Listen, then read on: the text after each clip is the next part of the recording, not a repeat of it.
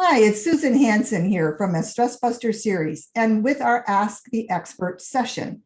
Today we have Lisa Hammett to talk about work-life balance for leaders. Lisa has spent 26 years in the corporate retailing world and finally realized that there was more to life than working 90 hours a week, having chronic stress and poor health.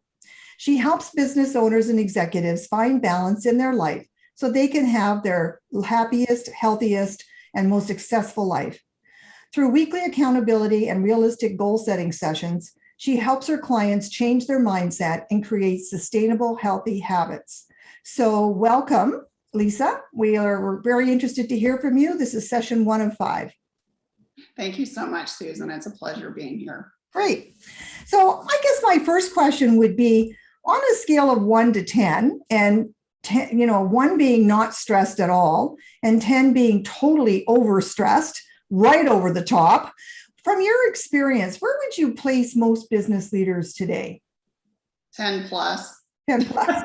10 plus. Okay. And if you had to choose, I don't know, 1 or 2 or 3 things, what's stressing them the most? What keeps them up at night?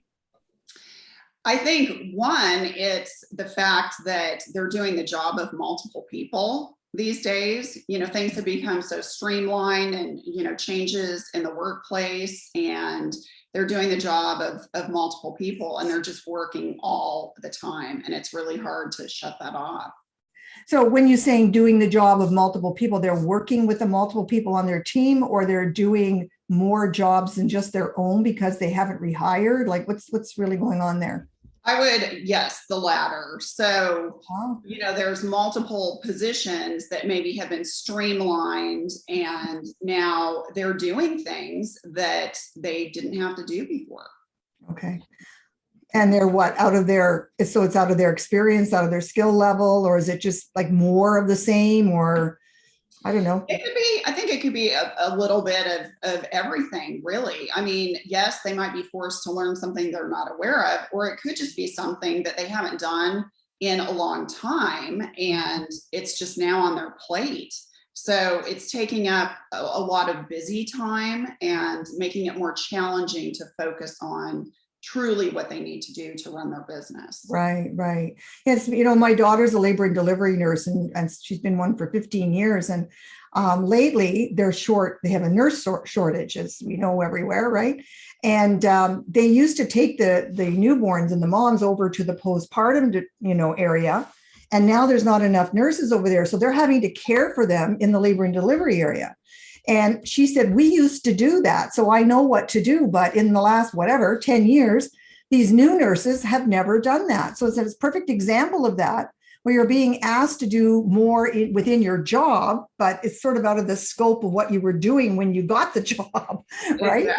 Exactly. So I'm sure that's very common everywhere, right? At every level, right? I totally agree. I don't think it really is, due to a particular position that you're in. I just think it's pretty much across the board.